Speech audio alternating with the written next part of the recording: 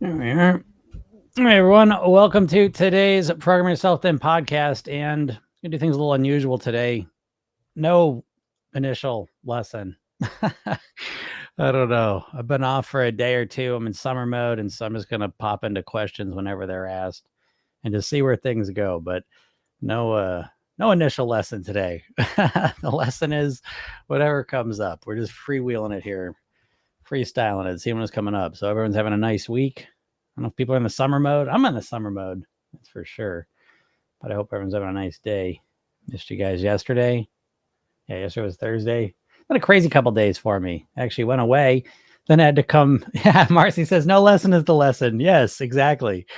It's so funny. I was totally thinking that too coming in here, and I was like, just don't feel like it. Sometimes you gotta go.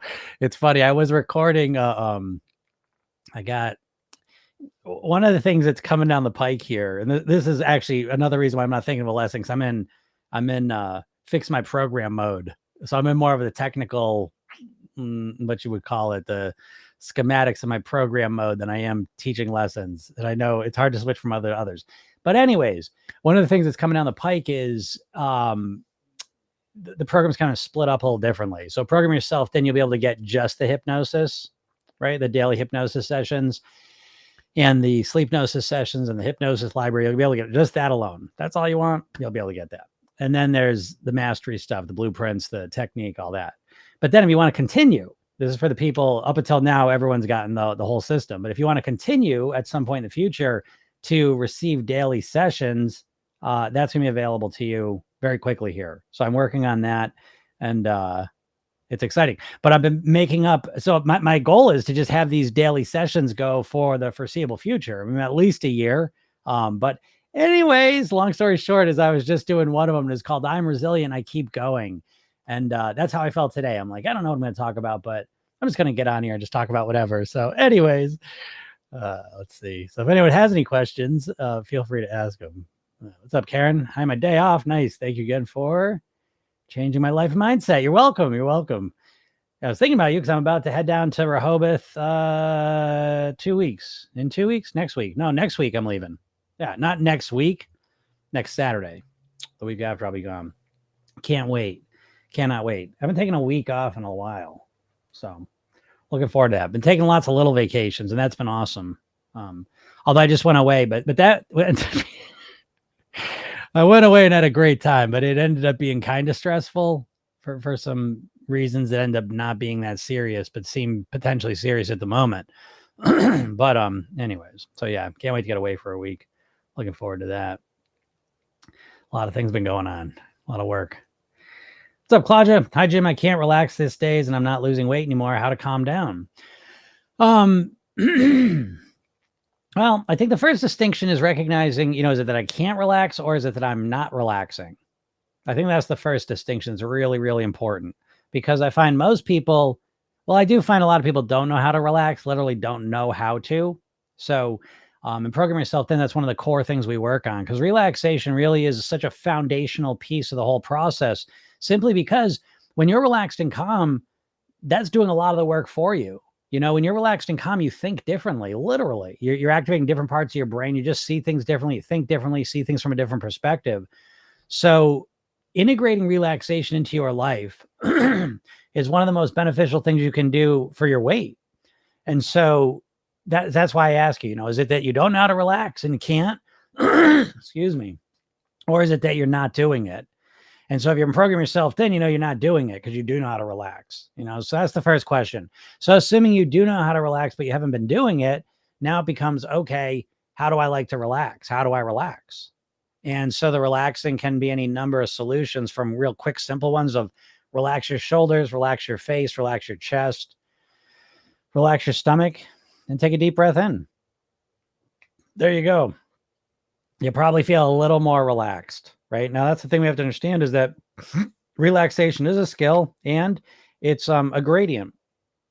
Don't think of relaxation as a binary switch. Think of it as a gradient. You can become more relaxed. And once you realize that, it's pretty easy to feel more relaxed. And then you can feel more and more and more relaxed, to a point usually. So that's the first thing I would do, is do things that relax you. And if that's not enough, go places that relax you. Take a hot shower, take a bath, go walk in the woods, go sit by a beautiful lake, go take a nap in your bed, go sit in your favorite, most comfortable chair and relax, listen to something calming, listen to calming music. I mean, again, it's just, there's a million things to do. If you can't relax, but you're doing all stressful things, then no shit. You know what I mean? Of course, you're not gonna be able to relax. So that's the first piece. The next piece is I'm not losing weight anymore. I don't even know what that means. How long has that been going on? How long have you not been losing weight for? That's the first question. The next question is, what's going on? Have you been eating more? Are you under more stress? Is life kind of throwing some curveballs at you? What's been happening? And so I think that's the secret. I think a lot of times understanding what's been going on helps you to calm down. Because I think a lot of times dieters overstate things like, I can't lose weight. I'm not losing any weight. I'm not losing any weight. How long has it been? A week and a half? Well, calm down. Weight loss in the short term is unpredictable and inconsistent. And so we want to know all those answers, and then we kind of move you forward. If that makes sense. Spence 86, I've been stalking you for you to go live. Yeah, I was actually, I know, yes, last couple of days have been kind of funny. Good and just all good. It's been all good, but just little moments of potential stress and weirdness. But anyways, so here we are. Glad I could go live. Linda says, which types of beans do you eat most for protein? I am new to beans and have only tried black beans.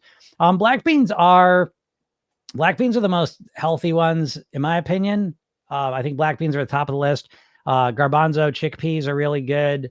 Pretty much all the beans. You really can't go wrong. Lentils are great. Maybe, I'm going to sit here and name every bean in the world, but they're all really good. Black beans are usually at the top of the list because people say there's more bioavailability to them. Lentils are good for that too. So, it's whichever ones you like, and then you can prepare it. The beauty of beans is you can prepare them in a lot of different ways. So, even though it's it's just like any meat, right? Any other protein, you can take it and prepare it in a lot of different ways, a lot of different flavors, and it's completely different. So beans are the same, but beans really are, hummus. Yeah. Julie says hummus. Hummus is great. I'm such a fan of hummus. I didn't even know until recently. I'm not afraid to say this. I'm embarrassed, but I didn't realize hummus was basically just chickpeas and tahini ground up, blended up. So that's a great snack, by the way. You're looking for like a healthy snack. Hummus, ideally homemade, store-bought if you need it, with carrots, celery, other vegetables. That's an easy win right there.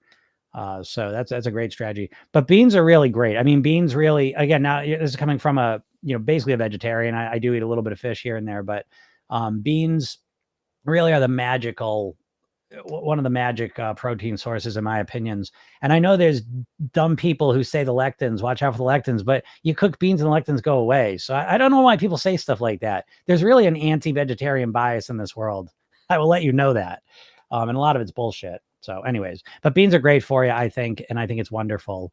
So I see Anika says, how to overcome binge eating disorder.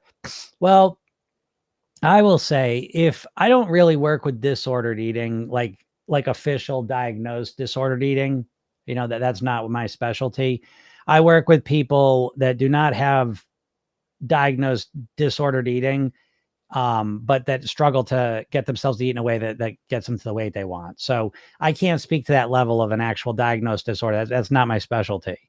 Now, if you're talking about kind of a more casual binge eating problem, what I tend to say is that, I like to approach it that we want to resolve it, that the binge eating a lot of times is the symptom of a deeper problem. And the three deeper problems I tend to look for in order of importance or frequency, the first one is hunger. So next time you binge eat, in your mind, go back in time to 6 seconds before you took the first bite of the binge and ask yourself, how hungry was I? That's the first thing I want to know, because a lot of times binging comes from over restricting. So the first question was, how hungry was I? Because if you're way too hungry, that's not a good strategy. You're not going to be able to fight against that. We want to prevent that. The next one is emotional. Where was I at emotionally? So if you get into this really negative emotional place and then you rely on binging to deal with it, that's something we want to work on. And the last one is if it's just a habit, you may find like, I binge every Friday night at the end of the week, so kind of look at these three things and start to diagnose and understand the patterns of the binging, and then you can start to work on strategically resolving it. So that's kind of how I usually go at it with my clients. What's up, Julie? I see you over there on Facebook. I just noticed, I got my streaming setup has been a little funny lately. What's up, Heather? Heather says you're so relaxing. I was listening in my car and hit my new car on the side of my garage. Oh no! What? No! Don't tell me you hit your car. I was listening in my car and hit my new car on the side of my garage. Oh, I got you with the car door. I hope it's not too bad. Claudia says a week and a half exactly. Isn't it funny? Do you guys ever, as amused by all this as I am, when people like, when I pin down what they're doing? Yeah, a week and a half. You haven't lost weight in a week and a half. I mean, who gives a shit? Let me put a different perspective for you. Like, since I play guitar, right? So it's like, imagine I don't know, I start doing some new song I'm playing, and it's like, I get kind of okay with it. And then I kind of hit the same level for a week and a half. So what? Do you know what I mean? Like a week and a half doesn't mean anything. And I say this to you because this is that diet mindset. The outer frame of the diet mindset is the time frame. And dieters always think about weight loss in the tiniest time frames. Most dieters think about weight loss in terms of days, weeks, and maybe months. There's just not enough time. This is what I try to tell you. I don't know. It really hit me too. I was really been thinking about this last couple of days. I got a little bit of space and I stopped talking about weight loss. I think about it, and I was just like, God, I don't know. Is it intentional? I don't know if it's intentional, but dieters, it's just like, you're so obsessed with the rapid weight loss. It's like your impatience is the primary thing stopping you from losing weight, because the impatience makes you very conditional, and so you're saying, okay, I'll eat well this week as long as I lose weight. And then you step on the scale and you didn't lose weight, or you didn't lose enough. And now you feel completely demotivated. And you're like, this isn't working. It's never going to work. And it's like, if you judged anything on that scale, like, you wouldn't do anything, right? You wouldn't be able to ride a bike. You wouldn't be able to read. You wouldn't be able to write with your hand. You wouldn't be able to draw pictures. You wouldn't be able to use a computer mouse. You wouldn't be able to drive a car. You wouldn't be able to walk. Think about everything you've learned and now take for granted and just do automatically. You didn't learn any of that shit in a week. And then the most valuable things, the most worthwhile things take you a little while to learn. But when it comes to weight loss, you think you're just going to start one day and be perfect with it. And if you're not, well, it's not working. I quit. I'm done. That's why I'm trying to talk about the mindset piece of it. A dieter's mindset is their worst enemy. So Claudia says, yeah, week and a half exactly. Well, I like to ask the question. I say this to myself, so I say it to you. But so it's like, I'm eating well and I'm working to lose weight, and I didn't lose any weight for a week and a half. What do I do? And I'll tell you what I said to myself. Who gives a shit? Who cares? I'm gonna fuck. I don't care if I lose a weight in a week and a half. I'm in this for the long haul. So I want to lose weight, but if I don't care. I'm just gonna keep on going, because I know I live in a physical world. I am at the mercy of the laws of thermodynamics, that my weight is a reflection of how much calories I'm putting in my body consistently. I know we don't all agree with this sometimes. Some people think they have magical bodies that don't reflect that, but I've never seen that in real life. But anyways, yeah. So just give yourself more time, Claudia. Kathy says, I'm in a weight loss plateau. Is it okay to eat basically the same thing every day? Lots of protein. Yeah, I mean, I think I'm a big believer in, I don't think you need to eat the same thing every day. I always say one of my superpowers is I can eat the same thing every day, and I don't mind it. What's up, Mario? Thanks. I don't mind eating the same thing every day. But then I get people say, I can never do that, Jim. I need more variety. Great. You add as much variety into your structured eating as you need. I mean, what you can't do is you can't eat something different every single day forever. You're never going to lose weight that way. But if you start to structure your eating, so maybe you need to eat 4 different breakfasts a week. That's the amount of variety you need. Great. Come up with 4 different breakfasts that have equivalent nutrition, satiety. They satisfy you to the next meal. Relatively easy, relatively enjoyable, and come up with 4 of them. Great. Now you're done. So when I hit a plateau, I want to keep eating the same. I want to stabilize everything, because I don't know if the plateau is just my body doing some weird stuff and adjusting, or if I'm going to need to cut calories out. So it's like, I don't mind just maintaining what I'm doing for a month and then see where I'm at. If my body kicks back in, I start losing weight, cool. And if I don't, now I can look at what I've been doing and strategically say, where would be the easiest place for me to cut some more calories out? I don't know. It's like, the more I do this, the more I just like, this really isn't that hard, folks. And I don't mean to say, like, it is hard. Like, any change is hard, but it's not hard like dieting. Dieting is a fool's errand. It's just the wrong strategy. It's like learning a musical instrument isn't that hard. It's not really. I mean, if you're patient and you're consistent, you're going to learn an instrument. You'll learn songs, and if you stick with it, you'll learn songs. Okay. But if you approach a musical instrument, you say, okay, I need to be really good in a month. I need to get really good in a month. Well, now you're not going to get good in a month. And at the end of the month, you're going to feel discouraged and you're going to quit. So the way we approach things dictates so much of what we experience. And when it comes to weight loss, you've been so conditioned by the diets that you don't even realize just how broken your mindset is with it. And it's not you sabotaging yourself. It's the way you think about it that's sabotaging you. Again, go back to the piano metaphor. It's like if you say, okay, well, I'm gonna learn the piano, but I got to learn it quick. I want to get good fast. I need to get good fast. So I'm going to play 10 hours a day. And it's like on paper, it's like, well, okay, that sounds like a great plan to get good fast. But then in the real world, you go and play, even if you got through the first day of 10 hours, the next day you wake up, your fingers are cramped, you hate the piano, and you can't keep it up. So what looked good on paper does not translate to being good in the real world. And that's where you're at with your diets. And that's how we get to a place where the most popular diet is fucking keto. And it's like, that's how you get there though, is you just look at what's on paper and you don't apply it over the real world. And it's amazing because even though a lot of you have fucking done keto 20 times and it's the same experience every single time, you're so deluded that you still think on paper, well, it's got to be that. It's got to be that. I'm going to do it again. And you completely forget the last fucking 10 times you did it and didn't work. But this is what dieters do. You know, dieter dementia. It's a real thing. It's a real thing. Right? Linda says, does it matter if you do canned versus cooking yourself? For the beans, no. And as a matter of fact, canned beans are actually a bit better because they're prepared at a higher temperature than you can get to at your house. So by cooking the beans at a higher temperature, there's actually a bit more bioavailability to some of the nutrients. So it's actually canned beans in that sense have some better qualities. So I hate cooking beans at home. I will let you know this. I have said that the beans beat me. The beans won. I tried cooking chickpeas many times. The secret to chickpeas is you have to let them soak overnight. And I don't know why, but it's like, that's the hardest thing for me to do. I don't know. And I never figured out the beans, even using Instant Pot and all the rest of it. So I prefer canned beans. So, but either way, eat any beans you can. Don says, I live in the town of the Park Fire, and I tell you, stress makes choices harder. Give grace. What's the Park? I don't know what the Park Fire is. I don't really read a lot of news, but stress makes choices harder. That part I definitely understand. Tile says, hey man, great content. Well, thank you. I appreciate you saying that. What's up, Mario?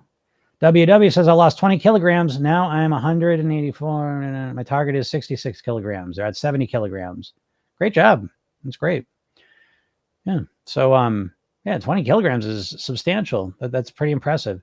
Now, the question I'd want to know, you didn't put it in there, but is how long you've done it. So, you know, even now, I know your target's to drop another 4 kilograms, but I would start shifting over to maintenance mode and start thinking about living at your goal weight, living at 66 kilograms, not just getting there.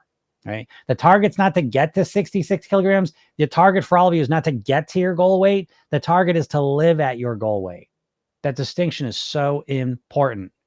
You know, Vicky says, glad you did a live today, but wouldn't blame you if you took off. Happy Friday.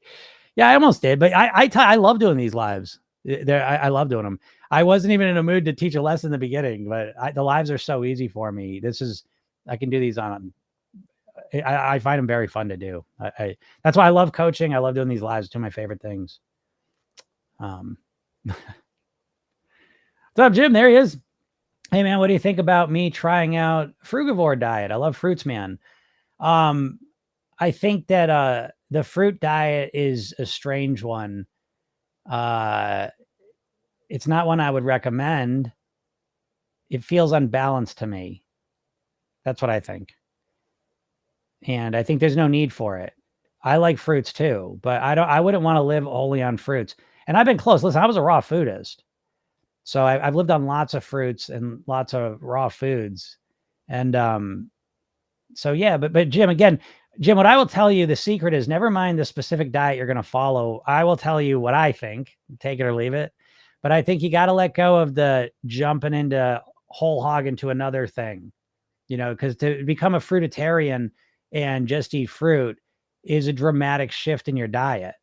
And I think fruit's really important, but I think why would you not want to eat greens and vegetables and whole grains and beans and meat if you want to eat meat too, high quality meat? I would, that's where I would do it, because I think just eating fruit, I think you're going to not even feel good.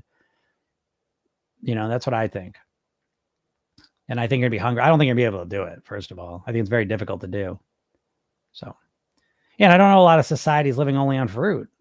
This is we've been eating fruit our entire existence. We used to, before we were, okay, I don't want to get into that, but for evolutionarily, we've been eating a lot of fruit way back in the day. But I think most of the time we'd be eating a varied diet. So it seems like a varied diet to me seems like the healthiest choice. And I think the easiest choice. I think a fruit diet, I think you struggle with it tremendously. And I don't even know if that would be an ideal diet. I can't imagine it being an ideal diet. That's just my thoughts on that. But yeah, I would add more fruit. So I don't know how much fruit a day you typically eat, but I would put all that energy in eating more whole natural foods. I would set myself up for life.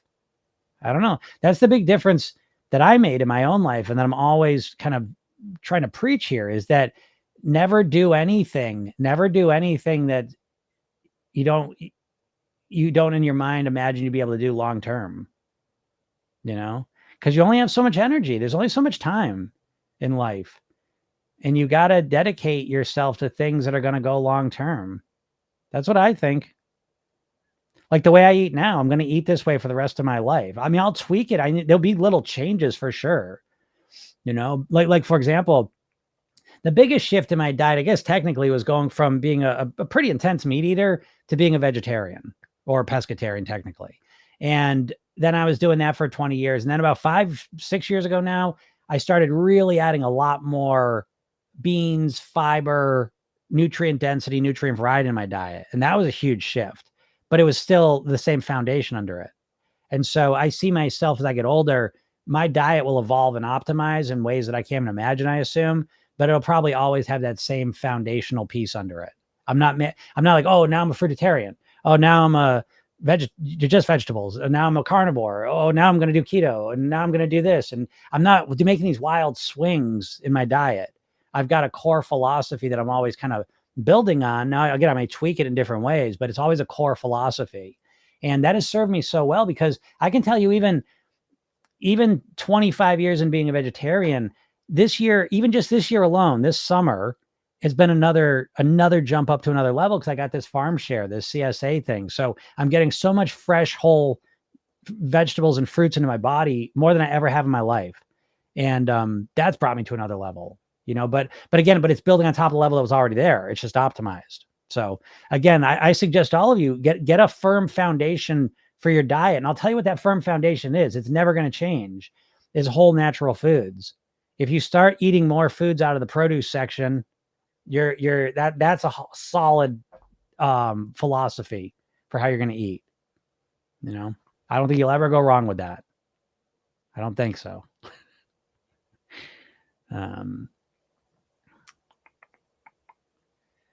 Yeah. Ryan says, I'm so thankful. I'm so thankful for these lives, Jim. Thanks so much. You're welcome, Mario. I appreciate it. And I appreciate you using it. The fact that you're at your goal weight, really, I'm proud of you. I'm happy for you. Yeah, Don says, love canned beans over raw, cooked. So hard to get them right. Yeah, exactly, Don. That's what I said. I had to wave the white flag. I don't know, beans will humble you. They certainly humbled me. I could just never get them right. They're always a little too hard and they're too mushy. And I don't know. So yeah, I kind of just said, I'm canning it up. Canned beans all the way.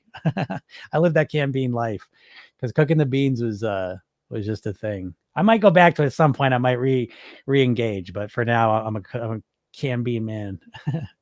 Canned chickpeas in the air fryer are good. Ooh, that sounds good. That sounds real good. Yeah, I love. I'm a big fan of. I love chickpeas. Chickpeas and black beans are my two favorite. I love lentil. I really like all beans, but I was eating what is it? Frijoles gigantes. I like those too. Those are good. Jonathan says, hey, got body shamed by bodybuilder friend. Well, oh, geez. Sorry, Jonathan. That sucks, man. Anytime you get to feel bad about yourself sucks, right? I don't know if people like that. But bodybuilders especially love that. That's kind of that. That's the hey, don't feel alone. I used to get body shamed. I did a series. Shit, it was probably 15 years ago now, but I did a series called The Elite Body, and I interviewed all the top fitness trainers and nutritionists on the planet. All the like really big names: Tom Venuto, Isabel de los Rios, a lot of big people. And I would interview and I say, okay, the first half of the conversation was kind of like your best tactics and techniques to get results, and the other half was mindset stuff. The mindset to get the results you want, and it was just funny because they I'm at my goal weight, but they would never be impressed with my body. They would call me skinny fat, because I'm not muscular and I don't like working out a lot. But it was just so funny. But that whole world, I'm not judging any bodybuilders because again, I was impressed by bodybuilders in the sense that the thing I like about bodybuilders more than like nutritionists, dietitians, and doctors, or really anyone is bodybuilders. Like what they do, they do get their results that they want, so I think they really do understand how to work out, how to eat to get the results they're looking for. Now, that being said, a lot of times, that's just kind of the whole vibe there. It's a more, I don't know what the word would be.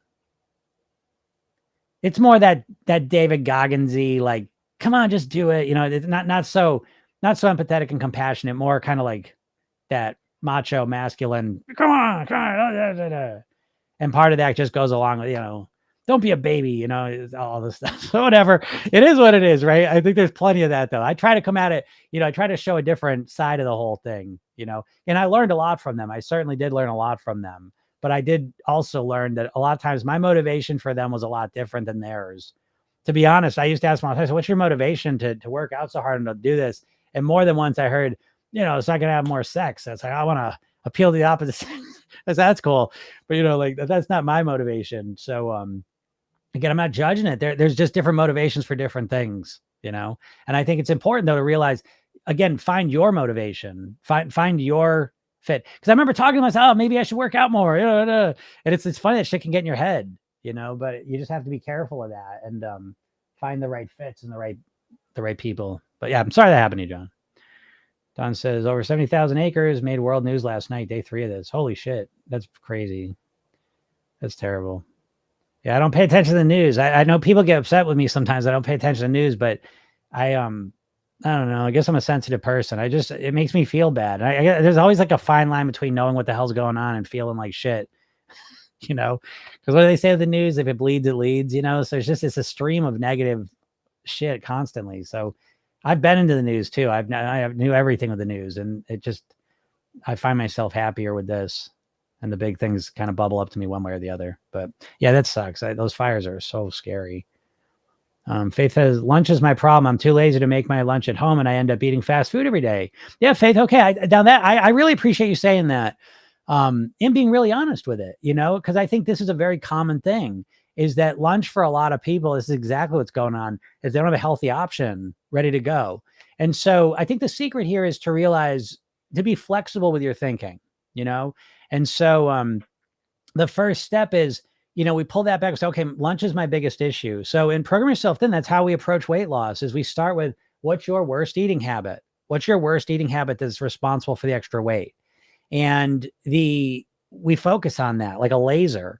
And so for you, Faith, lunch becomes that laser beam. And what happens is, usually we say, okay, I'm going to go to lunch and I'm not going to get fast food. Okay, but what are you going to eat? Okay, I've got to make something, but I'm too lazy to do it. Too lazy to make my lunch at home, though. That's how you're describing it. But that's actually, there's more components to that. Being too lazy to make my lunch at home is not what it may sound like. Meaning, the first thing is, do you have an option? What would be an option? What's a food you would make and bring to work with you? Do you have an option? That's the first question. You may not have an option. That's why I'm saying this. You may think like, what should I bring to work? And you're like, I don't know. So the first thing is, you may not have an option of what to bring. Now you may say, well, no, I do. I'll bring a tuna sandwich. Okay. And so getting a tuna sandwich takes too long for you. Yeah, it's way too long. Okay, well, how can we make it easier? And so we start asking that question, because again, it's like there's little barriers. So say, oh, I'm too lazy to make lunch. Right? That's a big old chunk. In NLP, we talk about chunking things up, chunking things down. So I'm too lazy to make lunch is a chunked up concept that there's nowhere to go from there. And I don't think it's because you're lazy. That's what I'm trying to say. I think there's a vacuum of what to do and how to do it effectively. And so let's chunk it down. And when we chunk it down, I say, do you know what to make? I don't know what to make. Okay, well, let's think of some options. I do know what to make. Okay. Do you know how to make it quickly and easily? No. Okay. Let's focus on how to make it easier and quicker for you. Maybe, and again, I'm just picking tuna sandwich, but maybe making tuna, maybe I'll make tuna on a Monday night, and that'll be my sandwich for 3 days. And then on Wednesday, I'll go to the store and I'll get some, I don't know, deli meats. I'll make deli sandwiches, whatever. But it's like, it's chunking it down. And then you can start to work on this. Now, of course, all this requires that you have some motivation to actually want to lose weight. So I don't know what your motivation is to want to lose weight. That would be important too. But again, break that down. Lunch is the problem. And so what are the solutions for you? What are solutions that would work? And we just keep breaking it down. Maybe a can of soup, bring a can of soup with you and heat it up. I don't know. Again, it depends what you like, depends what you want to eat, and finding that sweet spot for you. I hope this makes sense, because this is very common where people kind of chunk things up and be like, I want to eat better at lunch, and lunch is a problem, but I'm too lazy to do it.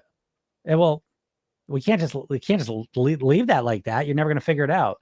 We need to kind of take back and think about it from different angles, work through it.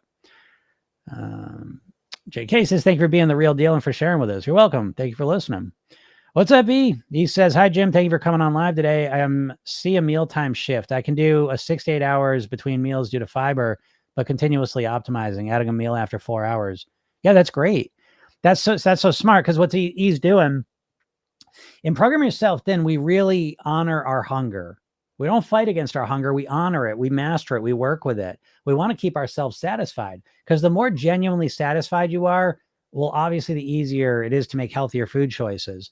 And this is the missing piece. This I know you're missing as a dieter. And how do I know this? Because you've been taught to think like the hungrier you are, the better. The hungrier you are, the more weight you're losing. But that's because the diet industry is owned by the food industry. Weight Watchers was owned by Heinz. Jenny Craig was owned by Nestle. Atkins Food Products was owned by the same company as Cinnabon and Auntie Anne's Pretzels. Slim Fast owned by the same company that owns Ben and Jerry's. So the diet industry has conditioned you to think dumb shit. And one of the dumbest things dieters think is that they're going to try and be as hungry as they can get. They're going to skip as much meals as they can, because the hungrier, the better. And they focus on the part where they're not eating, they feel hungry, and then they completely wipe from their memory banks the part where they're really hungry and they overeat for 6 hours. It's very weird. So in Program Yourself, then we honor your eating, because what the food industry has done is they've removed the satiety from the food. They've removed the satisfaction from the food. And that's primarily comes in the form of fiber. They've taken out of processed foods. It doesn't process well. And the food just doesn't have the micronutrients that real food has. So you're eating lots of calories and you're not feeling satisfied. And this is why the diet industry fixates and focuses you on calories. Because yes, technically calories are what are controlling your weight. But what's controlling the calories you're consuming is your satisfaction and satiety level.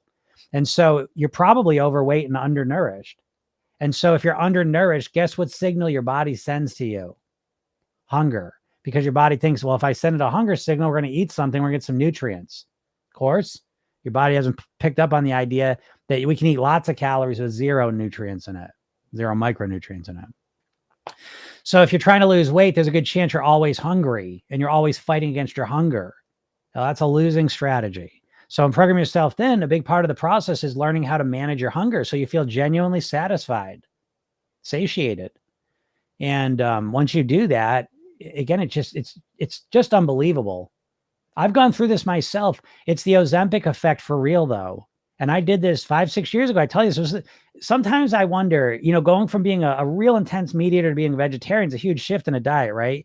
But a lot of times I reflect and I say, I swear the biggest shift was when I started adding a lot more nutrient density, fiber, and nutrient variety into my diet. And I did a lot of that in the form of giant salads I eat at lunch. And I experienced literally 5-6 years ago, I didn't know how to explain it, but it's the Ozempic effect, because when I start eating those foods, your body naturally starts producing more GLP-1 hormone, which is what the medicine is doing. It's increasing your GLP-1 hormone artificially, but you can generate it naturally when you eat whole natural foods. And when I started eating more whole natural foods at an even higher level, I couldn't believe how satisfied I felt. I'd never felt that in my entire life.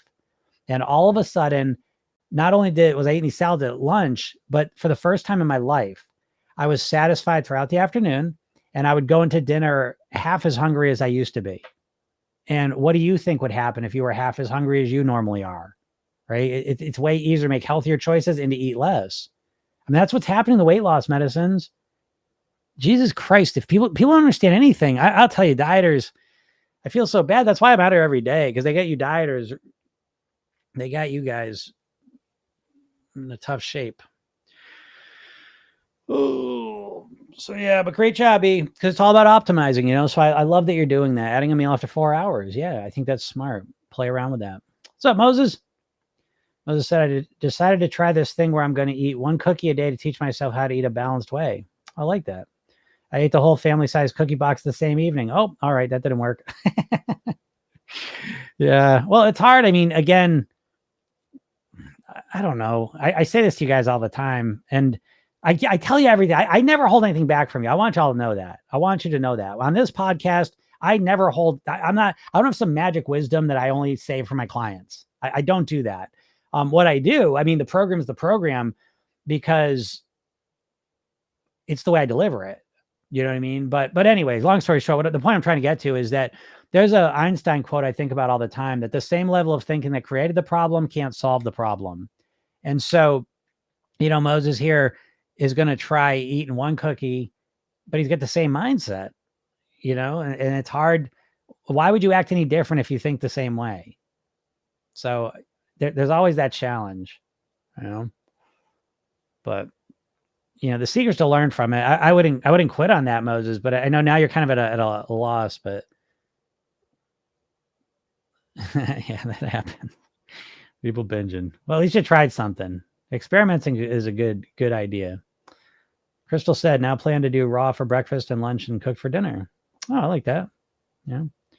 Just watch out though. Sometimes raw, it can make you hungrier. So I don't know. I've done raw, and I've said this, I felt amazing physically. I felt very good physically when I was a raw foodist, but mentally and emotionally, I was a wreck, because all I did was think about food and eating. And so my sweet spot is, I absolutely have continued believing a lot of the things I believed with raw foods. I still value them, and they're still a core part of my diet, but I've added in other things that bring me much more satisfaction and calm and peacefulness. But Crystal, I love it. You experiment with it and then see how it goes. This is why I try to say there's nothing wrong with experimenting, as long as you experiment. And then if it doesn't work, you learn from it and do something new moving forward. I think the problem starts when we say, oh, I know how to do, I'm going to do this. I'm going to do this. And then when it doesn't work, it didn't work. Well, if it doesn't work, it's fine, as long as you learn from it. That's how you keep growing and optimizing and getting better. That's the key thing. Oh, lentil pancakes with fruitsy? That sounds pretty good. Yeah, Don says, I love chickpeas in my curry. Yeah, me too. I'm a big fan of that. Marcia says, part of my motivation to be thin is so I can get back to jumping rope. When I gained weight and kept jumping, I developed plantar fasciitis. Oh, interesting. That's interesting. I would, and I like that goal, Marcy, but I would expand on it too, right? So I would say, boy, and I'll tell you one thing. I wonder to myself, I'll tell you a little something about me. I work a lot, and I have worked a lot for a long time. And I work at a desk where I know now, I did not realize then, but the way I was working, I kind of keep my shoulder up, and it would be like frozen all day long. It's kind of like stiff, tight, all the rest of it. And so I started having shoulder problems years ago. And I've tried all kinds of things to fix it, and nothing's really worked. But I just got a special chair and everything, and that wasn't helping because my desk stayed the same height. I realized my still up here. But what I did lately is I got a keyboard tray. So it's like under the desk. And so I've only had it for a week and a half here, but it's been a week and a half where I have not done this at all. It's gone down there. It's felt amazing. So I'm so excited. I'm like, oh man, because if my shoulder got fixed, I'll be the happiest guy you ever met, because I will not take this for granted. Because I want to go start doing more resistance training so bad. but this thing just flares up. And I love playing basketball, and this thing kind of bums me out. So what's this have to do with your plantar fasciitis? This is where I'm going with this, is that I would build on that, Marcy. I think that's a great goal. And I would build on it even more by saying, I want part of my motivation to be thinnest so I can get back to jumping rope and be more mobile, be able to do more dynamic movements, to be able to jump up and down, to be able to go on more adventures, to have more freedom, to more independence as I get older. And again, whatever words work for you. But again, jumping rope in and of itself, that's fine. That's a great goal to have. But we want to functionalize it, if that makes sense. So jumping rope's one thing. Like I'd like to do pull-ups, right? Again, I'd love to be able to do pull-ups again. Used to do them a lot, and it felt really good. I felt strong. I felt alive. I felt younger. I felt good. I felt mobile. I felt powerful. You see? So it's like, yeah, I want to be able to do pull-ups so that I can feel all those things again. Okay. So I'd say that, Marcy, the jump rope's great, but then let's build on that even more.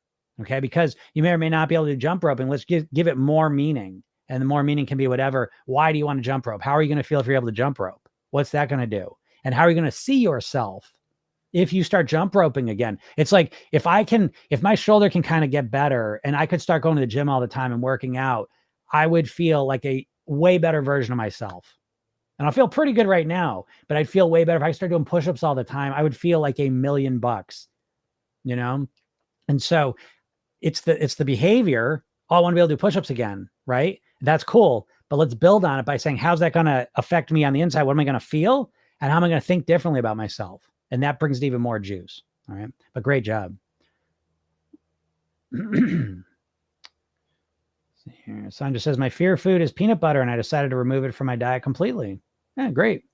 Again, you always have two options. You can, and I don't know, I find both of them are legitimate. I mean, there are certain foods that are challenging to different people, obviously. And so you have two options. You can either learn how to moderately eat that food, or you could just cut it out. You know, you always got two choices there, you know, and so it's up to you to decide that. So good for you, Sandra, and see how it goes. Mary says, oh, I have shoulder problems too. Yeah, shoulder problems suck.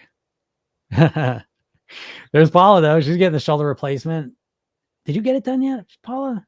Did you get that shoulder? I know I just asked you the other day, and I totally forgot when you said you were going to get it done. I know I might have to get a new shoulder, but I'm hoping it does. And I never, you know, there's always, that's why, by the way, I never listen to anyone with the supplement thing. When people are like, oh my God, I feel amazing, I just start taking the supplement. Then I don't believe anyone that says that the first couple of weeks they're doing it at all, because it's a placebo effect day, it's confirmation bias. You know, so it's like, yes, my shoulder does feel better since I started using this, but I also know that I don't believe myself yet. We'll see where I'm at, you know, a month from now. But anyways, Sandra says, yeah, I've always binged on peanut butter. Yeah, peanut butter is triggering for people. You know, I love peanut butter. I'm thankful that I am able to moderate it. But JK says, what specific foods provide the best, healthiest fiber? I don't worry about that question. I mean, pretty much any fruit, vegetable, beans, greens, whole grains. That's it. You know what I mean? Don't worry about like which one's got the most fiber. Just concentrate on getting more of those foods into your body, you know, and which ones do you like the most? So I find most people don't have to worry about where the most fiber comes from. You know, if they just start increasing it in general with healthy foods, they're going to get a huge benefit from that, you know. He says, for me, overnight soaked black beans, next day grind with dates and blanched ground nuts. I make it in energy bites. Oh, so that's brilliant. That's smart. That's way better than a protein bar.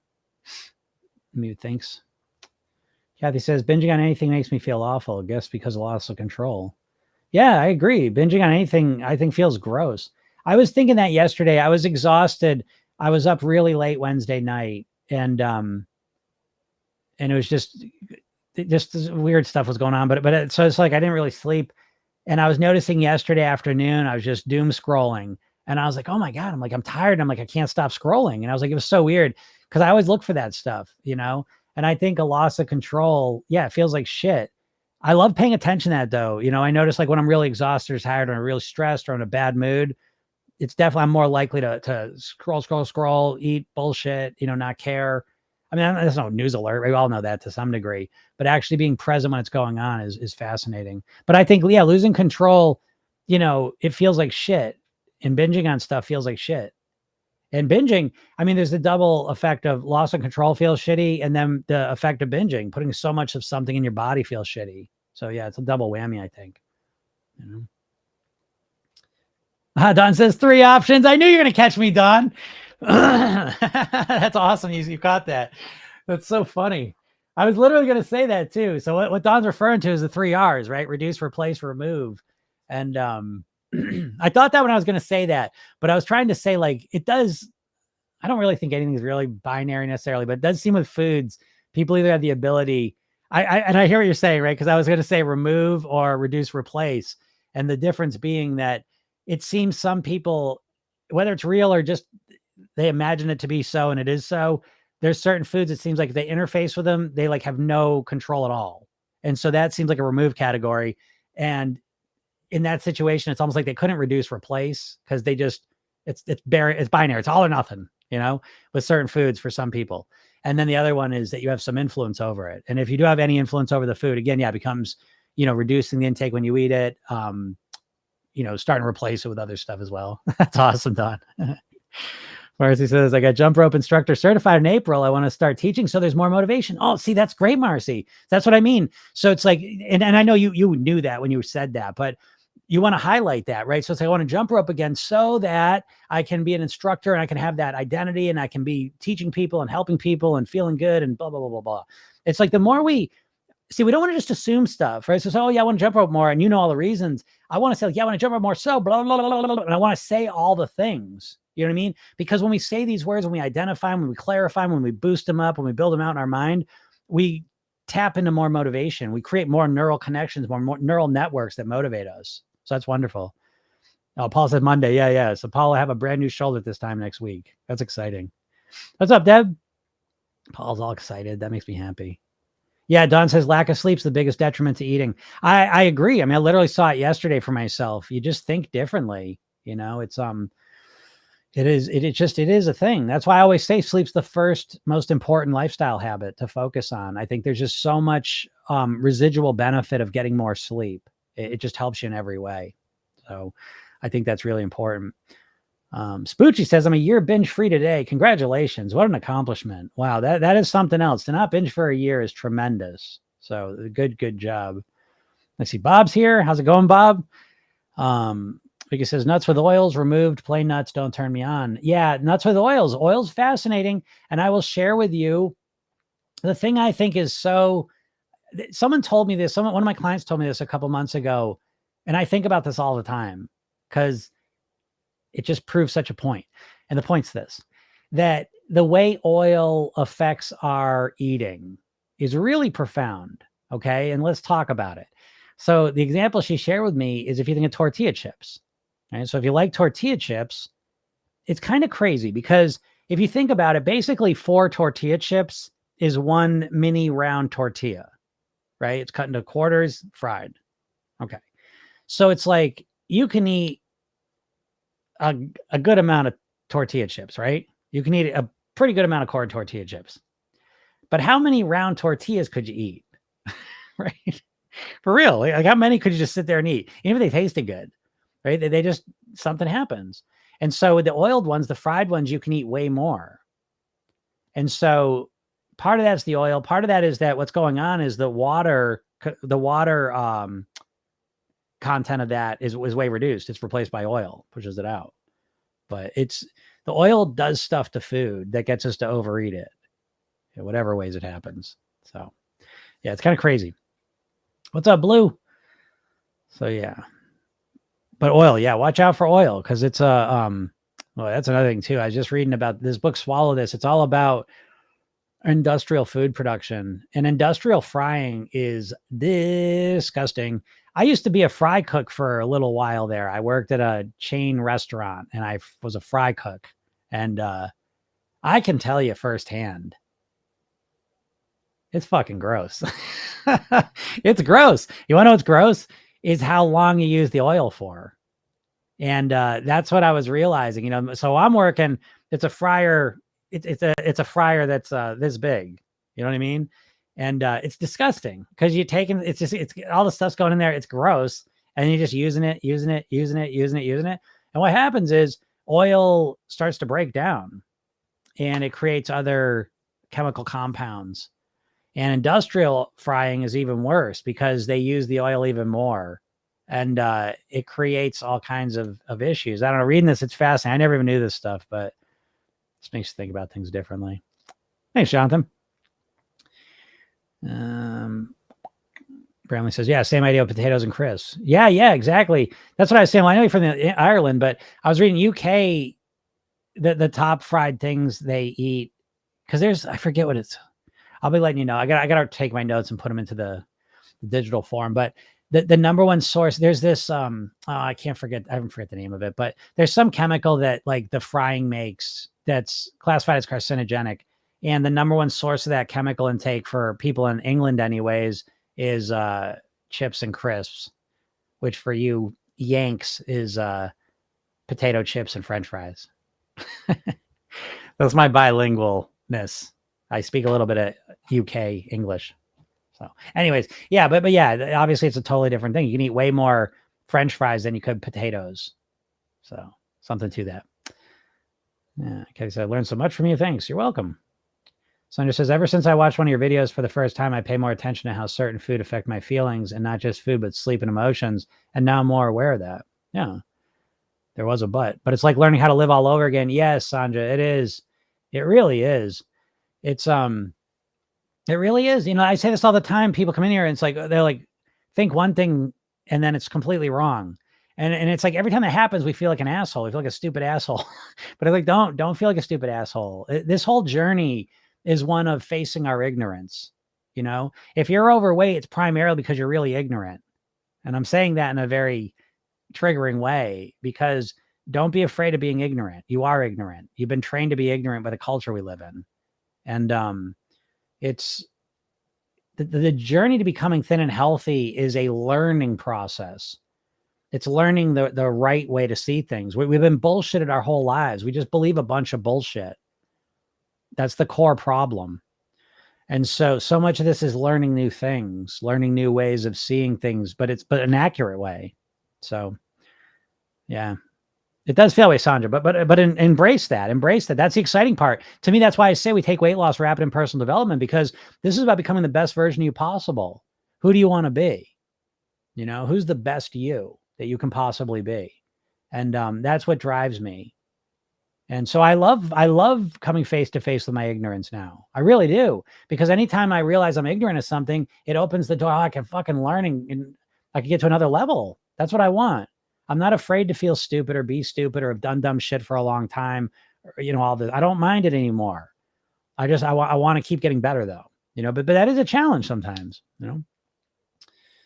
Bob says, how did you get into all this? Well, I'll tell kind of the quick version of it, but I suppose, you know, I never, there's one part of my story I never talk about, but it's like growing up, I did have someone I knew who was bullied for being overweight and had a very, very difficult time. And I used to see that firsthand, and it was heartbreaking.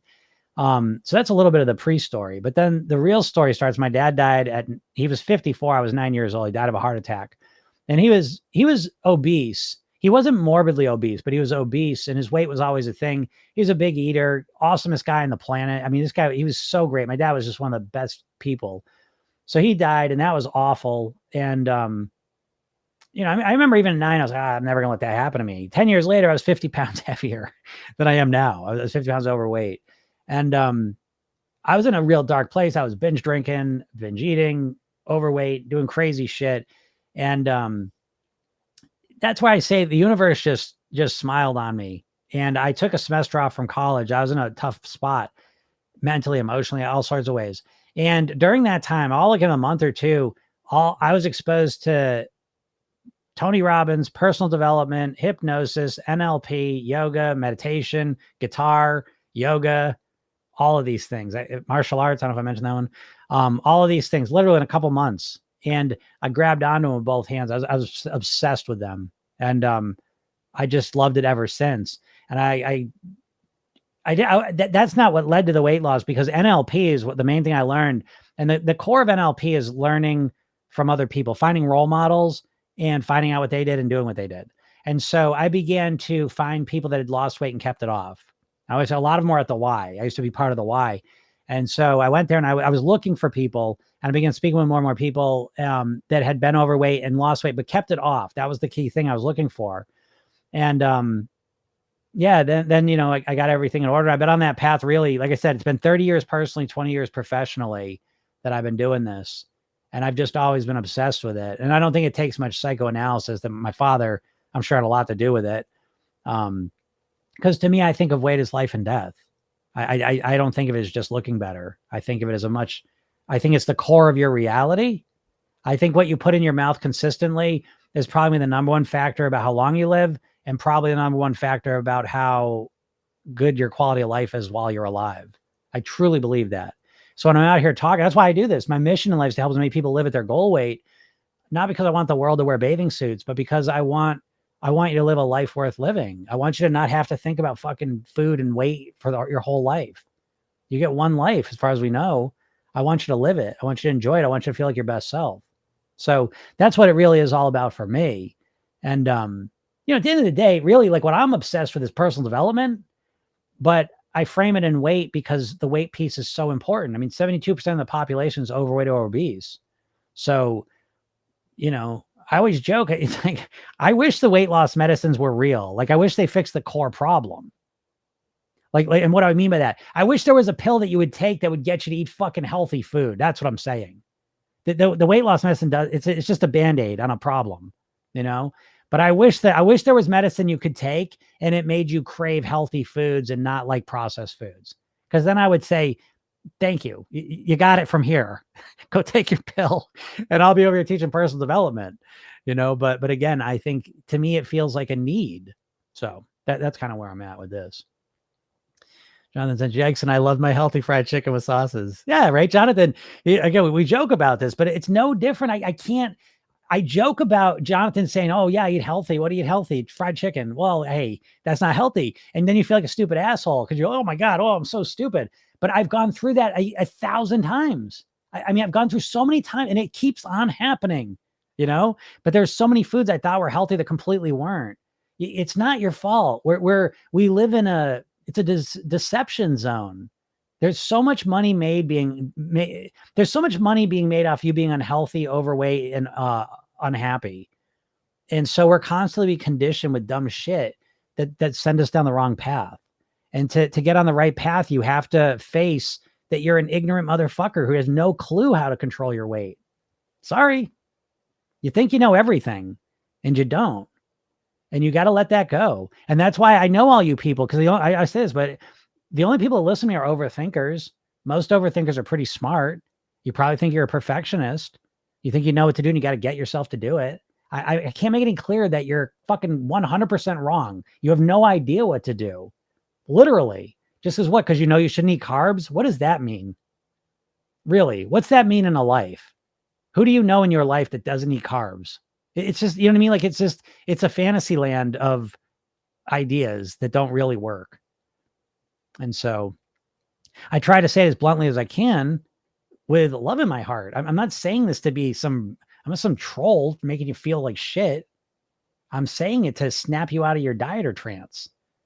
As smart as you are, if you're really honest with yourself, you don't fucking know what you're doing. You want to lose 50 pounds, you have no idea how to lose 5 pounds. You get no idea what you're doing. Decades and decades of dieting, and you sit here and you have no clue what to do. It's not a mistake. The diet industry doesn't want you to know what to do. They want you bouncing from dumb fucking idea to dumb idea. And I sit here as an antidote to it. Well, the antidote I see anyways. It resonates with some people, doesn't resonate with others. That's fine. It's not for everyone. I say it all the time. Shit, I was talking to Bob the other day. I'm not trying to talk him into this program. I'm trying to talk him out of it. If anything, I talk people out of my program because I don't want the wrong people in it, But yeah, but if you think, like, again, I always say, like, if you hear yourself saying, oh, I know what I got to do, I just got to get myself to do it. It's like, that's so not true that I just can't even tell you.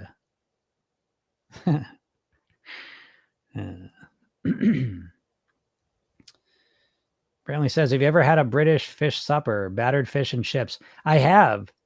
Actually, it's funny because I'm going down to Rehoboth, but Rehoboth has this place called go fish. But it's a British style fish and chip shop.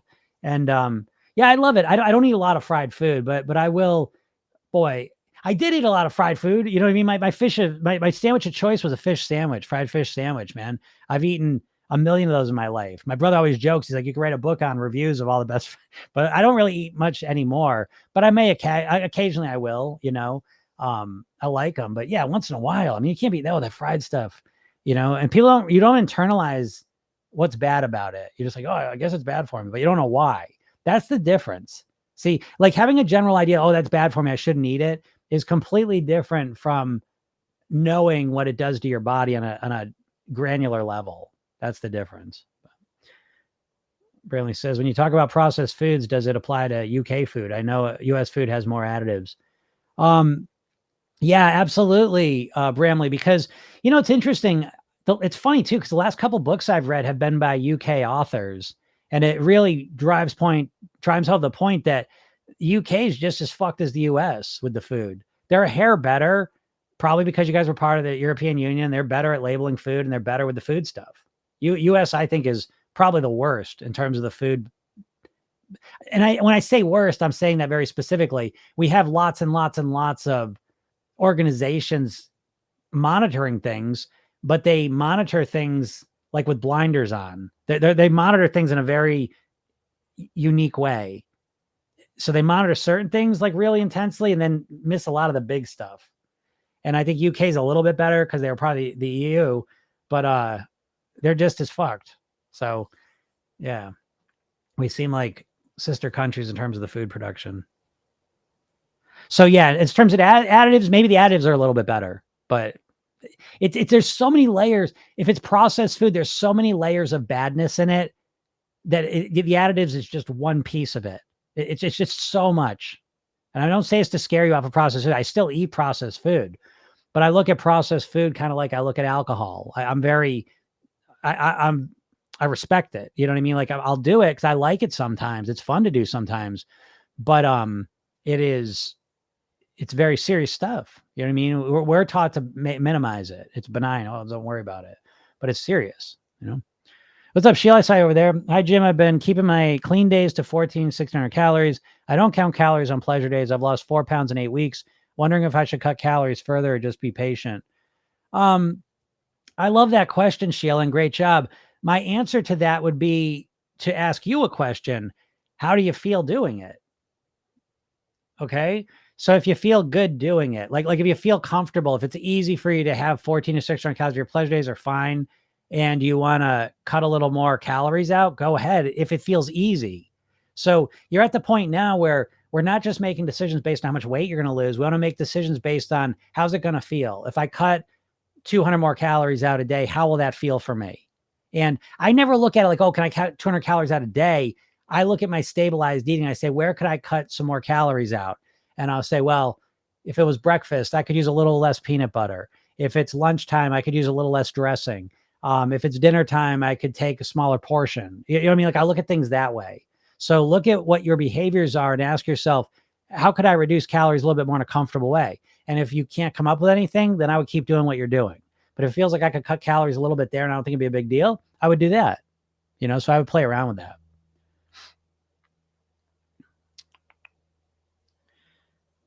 Yeah, because it's deliberately captives of industry. That's what we are. But you got to get yourselves out of that trance. You know, the food industry is a nightmare because the food industry is a cigarette industry, just so you can reframe it. And I think that framing is so interesting anyways, because we've been taught to really have these warm fuzzies for the food industry. But you don't have warm fuzzies for the cigarette industry, do you? And they're the same thing. Literally, Nabisco and RJ Reynolds are merged together. They're the same company. The parent company of Kraft and General Foods is Philip Morris. It's literally the cigarette companies. They're just creating food cigarettes now. I don't know if you believe that, but it's really true. Really true. Oh, Karen says, once in a while I'll get a bag of Lay's and taste like the oil went rancid. Oh, it's so gross. Yeah, I will tell you, I mean, you know, the healthier, the more, it's so funny. Even last night I tried, they were like wafer cookies, but they're, you know, they're packaged, you know, there's 3 wafer cookies this big in there and they're packaged, but I ate them and it's just like, it just tastes like chemicals to me.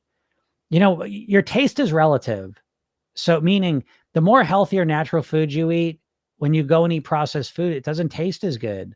The processed food tastes good when you eat a lot of processed food. It does not taste as good when you eat healthy natural foods.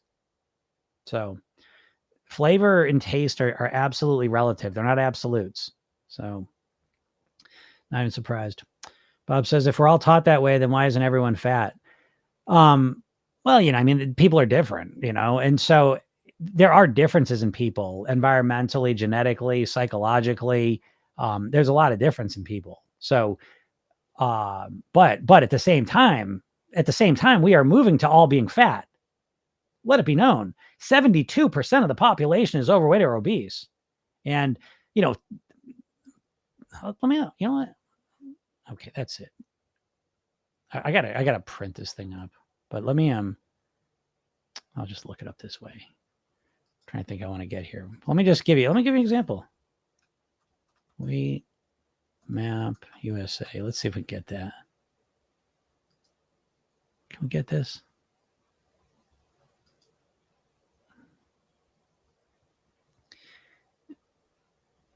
I'm trying to I want to get the starting one.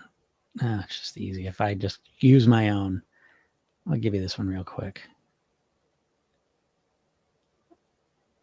Because, we're moving towards everyone being overweight. I've seen numbers that say 90% of the population is going to be overweight in 10 years. I don't know. What are they based on? I don't know if that's real or not.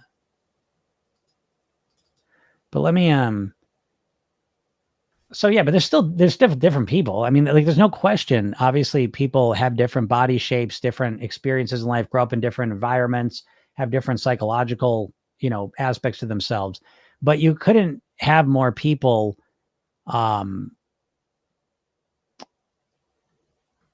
going in one direction. Let me just try. I don't know why nothing ever works. I don't know how much money you got to spend on.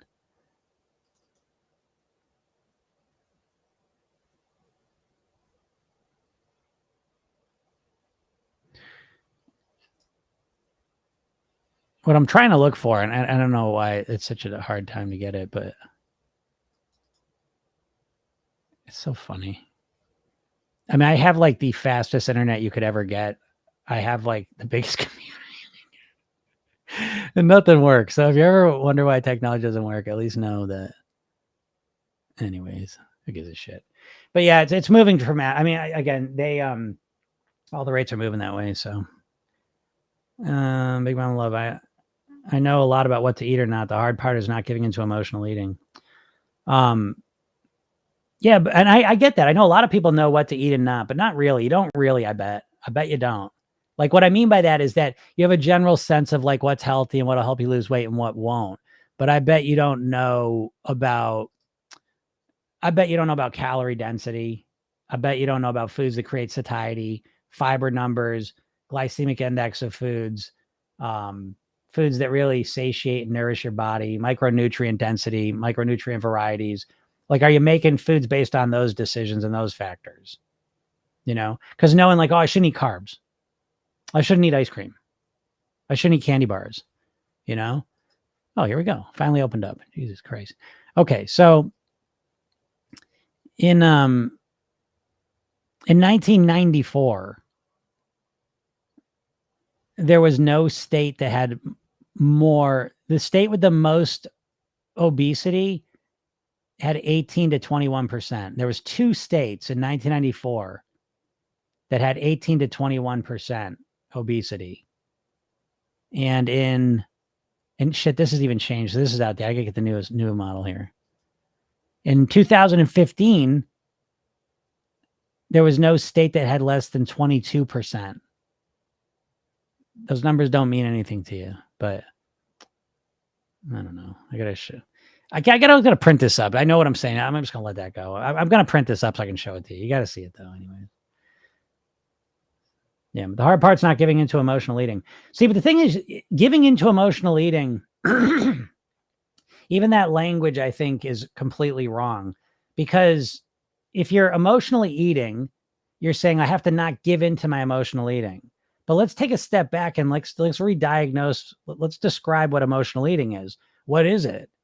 It's basically what? You get into an emotional state. Let's just say you get sad. I got sad. I get sad and then I emotionally eat. And so you're saying, okay, I have to not eat when I get sad now. That's a diet or solution. And I said, that's never going to happen because eating is your best way to not feel sad.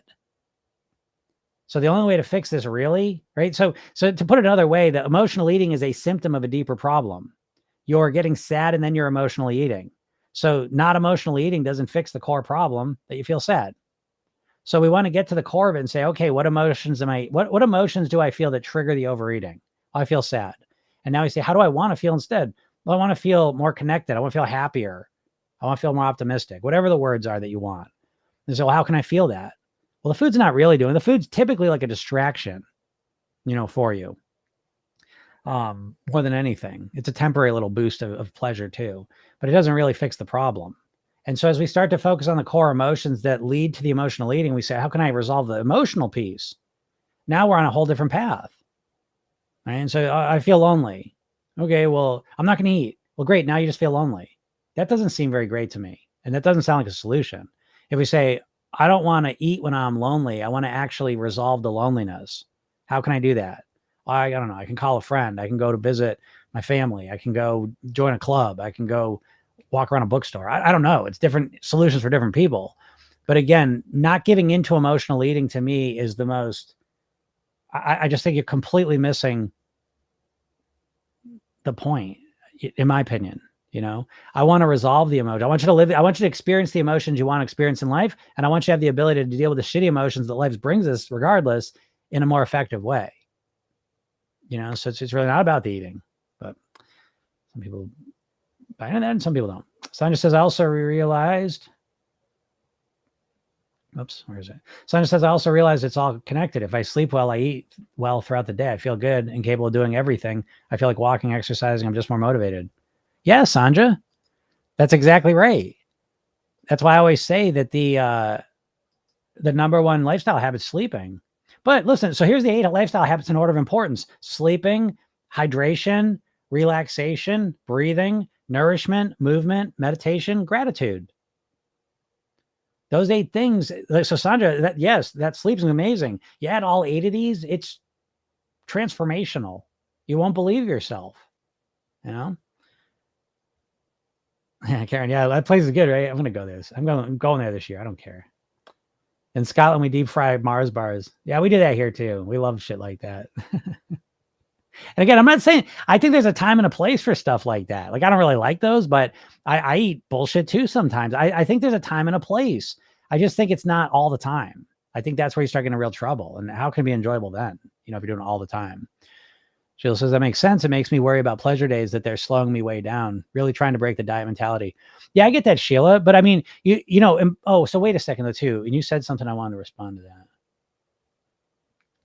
I don't count calories on pleasure days. I would count calories on a pleasure day just to see where you're at, just as a calibration tool one time. And then I would look at the pleasure days and I would structure, make sure you're structuring the pleasure days. Pleasure days are structured too. That's a crucial part of the pleasure day working, is you've got to structure it. All right. But yeah, structure it and then take a look at it. I hate store-bought cookies. They taste fake. Agreed. My husband says I talk a good story, but when followed through, nope. Well, that'll happen. By the way, he's very structured. Yeah. I mean, that happens. People are different, so it just depends. What do you want to do and how committed are you, Kathy? What do you think of the Mediterranean diet? I think the Mediterranean diet as a philosophy is wonderful. I think that's probably, out of all the diets, that's the one my diet probably looks the most like, I suppose, is probably like the Mediterranean diet. I think it's just solid common sense, so it's just whole natural food based.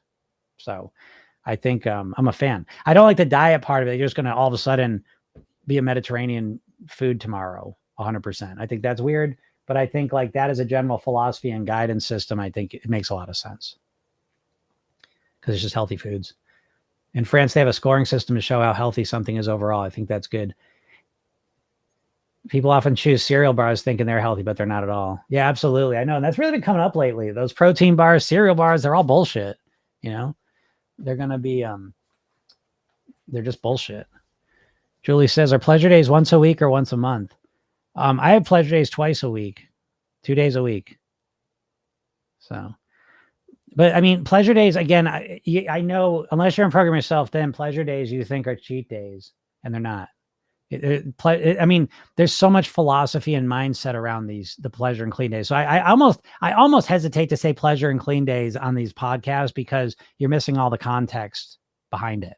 And so you're thinking like a dieter and you're thinking clean and pleasure days in the dieter way. And it's nothing like that. So, yeah. But the pleasure days, the clean pleasure days, really at the very core of it's a philosophy. And so it's up to each person. If someone is like, I just want to have one pleasure day a month, great, then you do that. I like to have two, but I started, I had one clean day a week, and then I built from there. So it's not, again, program yourself thin. It's not rigid like a diet. It's more philosophical in the sense there is strategies and structure to it, but it's always philosophical at the core because it's you have to build it for yourself. So I never tell you what to do. I show you things to do to figure out what you should do that are built around who you are, if that makes sense. And so clean pleasure days is a really loose philosophy at its core. And I fill it in with lots of more information, but you've got to figure out how you want to do it and how you do it in the beginning versus how you do it after 6 months. It's different, So again, that's why it stays as a philosophy and you keep refining and tweaking and optimizing it until it works for you. That makes sense. Marcy says, are you bringing any books to the beach? Yeah, I find I don't really read a lot at the beach. And I don't know. This year, I know what I'll be reading. I don't know. Like I really like to read nonfiction. I don't really like reading fiction a lot. And I don't read a lot at the beach. I like listening to music and just sleeping in the sun. But I like to read at home, and I don't like reading nonfiction at the beach because I like taking notes. And there's nothing worse to me like when I read some profound thing and I don't write a note down about it because I feel like it just goes into the ether. So, but I do like sometimes I like to read kind of like the Tao of Pooh. I don't know if you guys ever heard of that. I love that book. So there's sometimes I'll reread books I've read or books that are, I don't know. So I don't know what I'll do this year, but I don't read a lot at the beach. I prefer a lot of times. I love listening to music, but I'll see. But I'll bring something.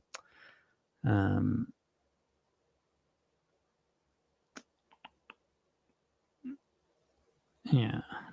Brownie says, so have something else to do when feeling sad or bored. Have a bath or read. Yeah, exactly. I mean, to me, that's such a profound idea. And I find this bums me out so much because I know a lot of people struggle with emotional eating.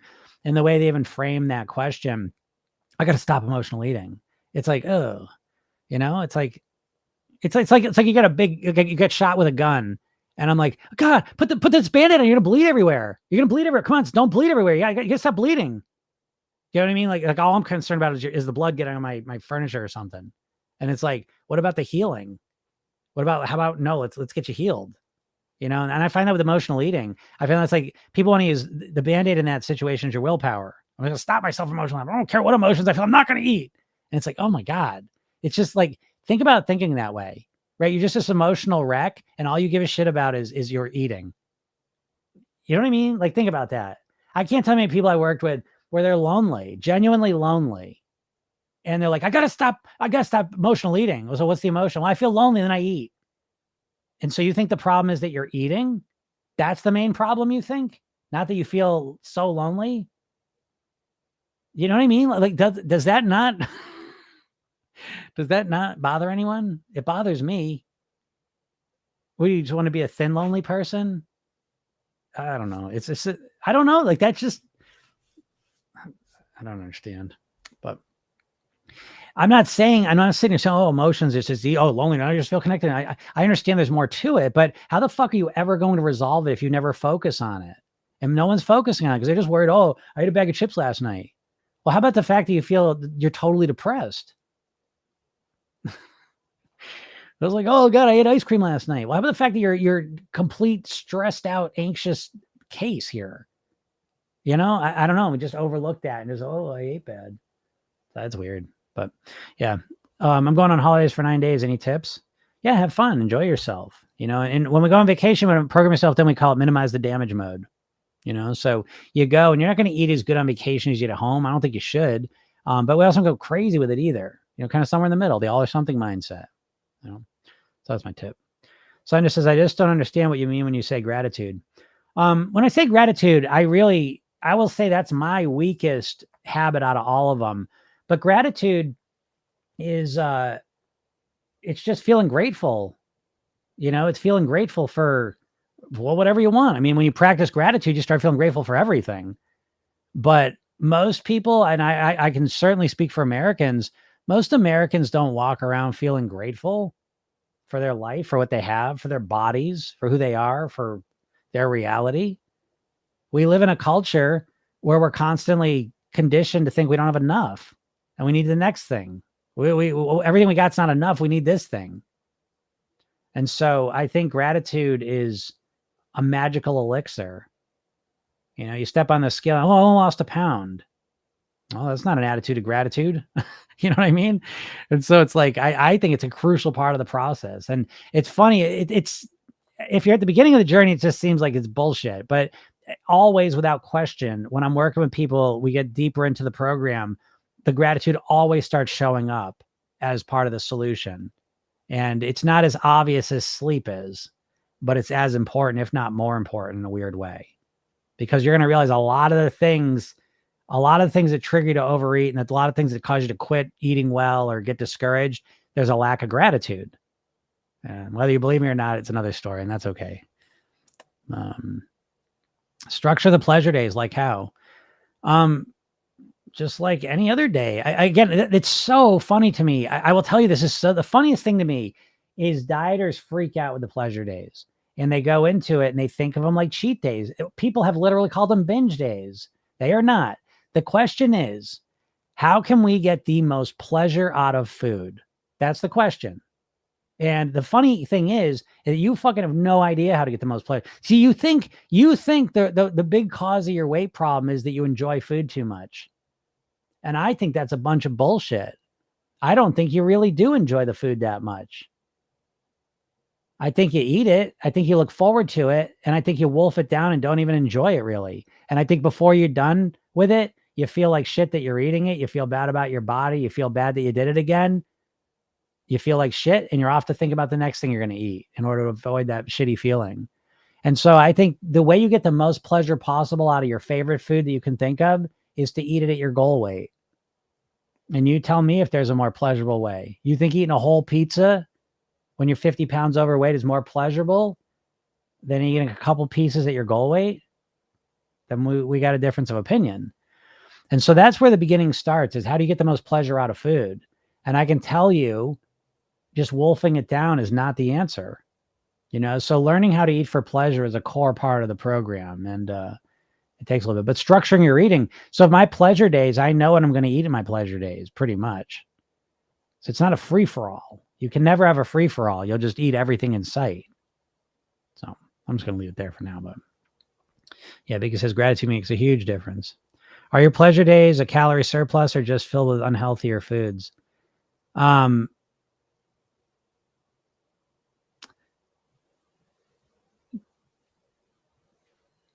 Is it a calorie surplus? I don't count calories. Is it a calorie surplus?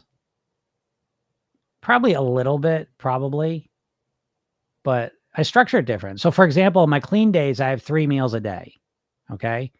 And my pleasure days, I have 2 meals a day. So that accounts for some of the calories. And though I don't track calories, I don't know. But yeah. So and it's unhealthier foods. I pause a little bit at that, because what's a healthy and what's an unhealthy food? Well, if I ate pasta every night, it would be an unhealthy thing for me to do. I'd eat too much. I'd gain weight, all the rest of it. If I eat pasta once a week, is it unhealthy? Is it unhealthy if I eat it and then because I did that, then I feel satisfied and it helps me and supports me to eat really clean for 5 days a week? I don't know. Which beach are you going to? I'm going to Rehoboth Beach. But I've actually been to Virginia Beach too, which I really enjoyed. That was good. Someone said, what music? What music? I listen to a lot of different music, but went and saw Fish. I love Fish, my favorite band. And that's what just made me think, was I saw them down in Virginia Beach 30 years ago. One of the best shows of my life. What a show. So amazing. Marcy says, I like that book and the Day of Piglet. Yeah, exactly, Marcy, right? Yep. I love the Tao Poo. And I'll read. I know I'm going to be in a philosophical mood this year because my daughter's going to college. So I'm almost expecting that. So I'm definitely probably going to be reading more of my Taoist books, probably, just to reinforce that perspective. And I love that. I love that stuff. I love the Taoist writings. So I'll be reading that. Oh, I'm grateful for you too. Oh, thank you. How often do you recommend weighing yourself to check progress? If you're going to use the scale, I recommend weighing yourself every day. And just so you can start to understand your body. Weight fluctuates day to day. And so you might as well recognize how your weight fluctuates day to day, because it is. And I always say this, but I think there's nothing cruel than weighing yourself once a week, because you might weigh yourself the first day and let's just say you're down 2 pounds, whatever reason, you're just down 2 pounds, no salt the day before. So now you're down 2 pounds, you eat really good all week and you drop 2 pounds. But the next week you stand on the scale and for whatever reason, you ate a little salt the day before. Now you're up 2 pounds. So now it looks like you lost no weight. So I don't know. I used to weigh myself every day and I think it's good. I know some of you freak out about the scale, but the way you feel about the scale, it's because you've been programmed to feel a certain way about the scale. You don't freak out about the speedometer in your car. You're not worried about looking at that. If you're too fast, you slow down. You're too slow, you go speed up. The thing that you're scared about the scale because it reveals that you don't know how to lose weight. You really have no idea how to control your weight. You have no idea how to control your eating and your mindset. So the scale just reveals that. The scale is not the problem. Believe that or not. And again, having all of this anxiety and fear and stress about the scale, to me, reveals that there's a big problem inside you that you might want to fix. You know, how are you going to have all this roiling emotion and then succeed and master your weight? Don't see it happening. So, you know, that's a fear that's well worth facing. And I've helped many people do it. It's just a tool, you know, the scale is. Brantley says, how do you deal with, grandparents passing on negative habits to your kids? Example, clean your plate. I mean, it's just, there's negative habits in the culture. And yeah, some are from people, you know, and some are from just the culture, you know, the junk food and shit, you know, I'll answer that one, cause I don't really have to clean the plate thing, with my kids so much, but the junk food's there and I balance it, you know, so I let them eat bullshit. So they know it, they can manage it and move forward with it. But to be honest too, with my kids, I look at it like I'm just giving them a foundation. I can't control everything they do. You know, they're going to make the decisions they want to make. And, you know, if they ever want to eat healthier and they're struggling to do it, I'm happy to talk to them about it. But I don't know. I got one daughter. She's an adult now. So do what you want.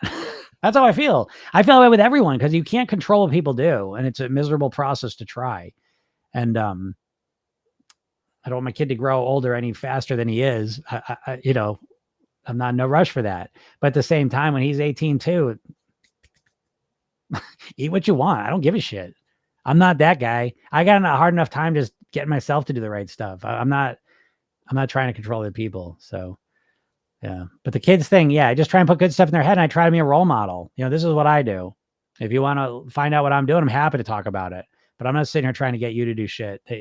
I do. You know, I spent 18 years telling you about it. If you want to do it, cool. If you don't, that's cool too.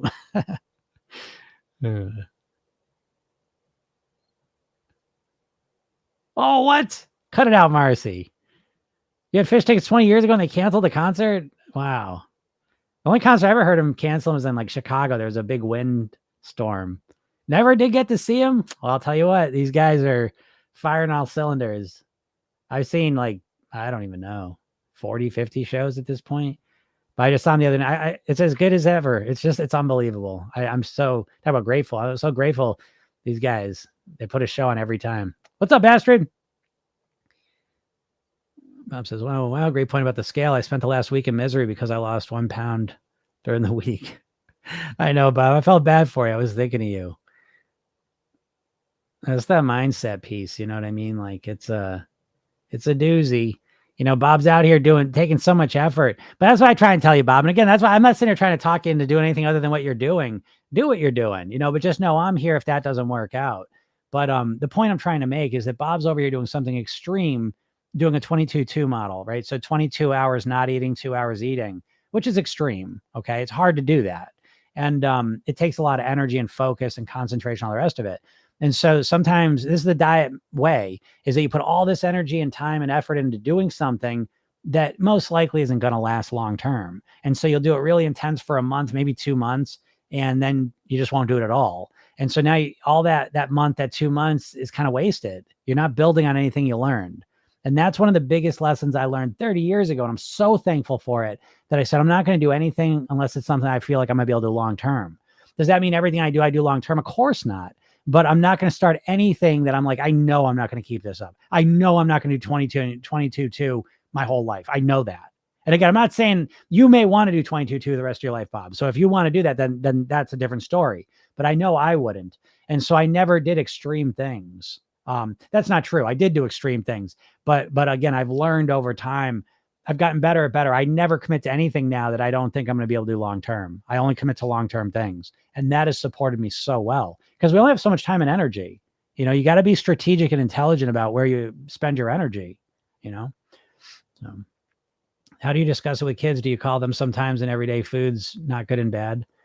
I mean, I don't, I say good and bad foods. I know no food's good and bad, but let's be honest. I mean, if you've got a goal of losing weight, there's foods that are going to help make that happen and foods that are, foods that are going to bring you towards that goal and foods that are going to bring you away from that goal. So in that sense, there's good and bad foods. It doesn't make you a good or bad person. The food in itself isn't good or bad. There's context. I get it. But yeah, and maybe I've been a little harsh sometimes in the food. I've never been strict. Oh, maybe I have. It's funny. Everything's relative. I haven't been strict in the sense like, oh, you can never have processed food. I let them eat bullshit, some of it. And I don't let them go crazy with it, but I've let them eat bullshit stuff. Yeah, I mean, I don't know. I let them know what it is. I don't give a shit. Here's what one thing I know for sure is I know both of my kids have had a very solid nutritional foundation, meaning I have put lots of good food into their bodies while I've been in control. I've put lots of good food into them. And I do feel comfortable that they've learned how to eat junk foods occasionally in a manageable way. So I feel good about that too. So it's not like they're going to get to college. I've never been able to eat potato chips. Like that's not going to, that might happen, but at least, they kind of learn it. So I don't know. That's a tricky thing, and every parent should do what they want to do, but I feel good at least that they got a solid foundation with it, Yeah, right. Tropical. Exactly. Usually kids follow what parents do, not what you say anyways. I feel that way. And I kind of live by that. And I look at myself, I'm like, I eat completely different than how I was raised pretty much. Except I will say my mom she made like really solid dinners for when I was growing up with her. Like it wasn't necessarily the healthiest in terms of like calories or it was a lot of pasta, a lot of butter, a lot of this stuff, but it was always like a homemade dinner. And I'm so thankful for that. And, but other than that, my eating is completely different than how I was raised. So I look at my kids and I say, yeah, listen, you can do what you want, but at least you get the foundation there. At least eating healthy whole foods is not some crazy thing. They've got them kind of weaved into their lives normally. So I feel good about that, and then they can do what they want to do. They're their own people. Oh, it's Ohio, huh? Fish canceled in Ohio. Bob says, so should I join up? I can't answer that for you. I mean, it just depends. Like I said, it's that's something you got to decide, Bob. But if you have questions about it, just shoot me a message. I have no problem answering your questions until you feel comfortable. But I don't convince people. I'm not that person, because it's you. It's like me saying, it's like college. Do you know what I mean? Like, should I sign up for college? Oh, please. You know what I mean? Like, I couldn't ever answer that for you. You know what I mean? Because college, you got to be the one motivated. No one's going to hold your hand in college. You got to spend a lot of money, it's fucking hard, but you got to do it because you think, oh, when I get out of here, it's going to be worth it. You know what I mean? So it's got to be self-motivated, and that's what this program is. The program, although I will say I'm in the hypnosis one, I'm going to put that out there. It's the Imprint program. So that'll be available to you all. Cause like I said, I just had like a bolt out of lightning. I said, shit. So what am I doing? I mean, I can help people lose weight. That's no problem. Do you know that? Like I will help you. If you'll listen to these hypnosis sessions, I guarantee you'll lose weight. And if you don't, I'll give you your money back. So I guarantee I can make you lose weight. That's no problem. For you to master your weight, to live at your goal weight, I don't think I can do that. I think you need to put the effort in. But, I said, hey, fuck it. If you just want to lose weight, I can help you do that. And I can help you do it way cheaper than going to see some local hypnotist who's going to jerk you around. So fine, I'll do that. But yeah, if you want to, really do it, I think you got to learn the whole thing. But I know some people don't, and then if you really, really want to do it, I think you should work with me, and you should let me coach you, for a relatively small investment. And know when you're at, Bob, I think you should sign up for coaching. That's what I think. But I can't answer that because a person has to be self-motivated, But that's you see that I do these podcasts every single day. You see my videos, you know what I'm about, if it feels like the right thing, cool. But if you feel like it was I don't know, I'll stick with this 22 a little longer, then knock it out. What? Astrid said you sent me messages, but they vanished. That's weird. Yeah, I didn't even see them, Astrid. Oh no, maybe you can only write positive things. Uh-oh. What were you writing, Astrid? Were you swearing at me? It does. I turned that off. It's funny because I do love trolls, but there is a setting in TikTok where like you can have them filter out. I guess, comments that'll hurt the community. So you can fill in your blanks with what you imagine those may be. But I turned that off because I like seeing all the comments. I like when people troll me and say mean things. But anyways, that's funny. Yes, I'll have to see what you said. But yeah, let me know next week. We can talk about the coaching call. Yeah, Rebecca says I try to limit processed foods. Yeah, that's a good message. I think everyone really should, Yeah. Yeah, it's about teaching the norms. My friend ate huge portions because she thought it was normal. Yeah, oh, for sure. Americans eat huge portions because it's been normalized. That's absolutely true. We do what we think is normal. And in America, lots of food is what's normal.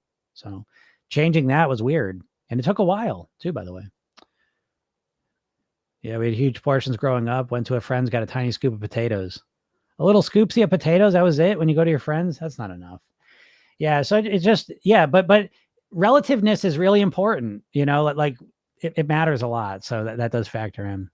Yeah, Healthy Habits with Rachel says, when will the imprint program be available? I just have to like, it's all ready to go. It's all ready to go. Just need to, what do I need to do? I just have it. It's more like what I don't, I'll just talk it out loud because this is actually what I'm about to work on right now, is that it's like I got different, it's like how to structure my programs. So I got Program Yourself Thin, and I've sold the Program Yourself Thin system, which is the imprint system. The daily hypnosis is the Program Yourself Thin technique, which is the redo rehearsal technique, which teaches you how to program yourself, and the weight mastery blueprints. And this is the blueprints fill out, following the weight mastery pyramid. And so that's all together as one program. And there's lots of bonuses that go with it. So what I'm going to do is in the same membership area, I'm going to allow people to just get the imprint piece with the hypnosis part and a couple bonuses. And then if you want to ever upgrade to the mastery piece with the Program Yourself Thin technique and the mastery blueprints, you'll be able to do that right within the thing.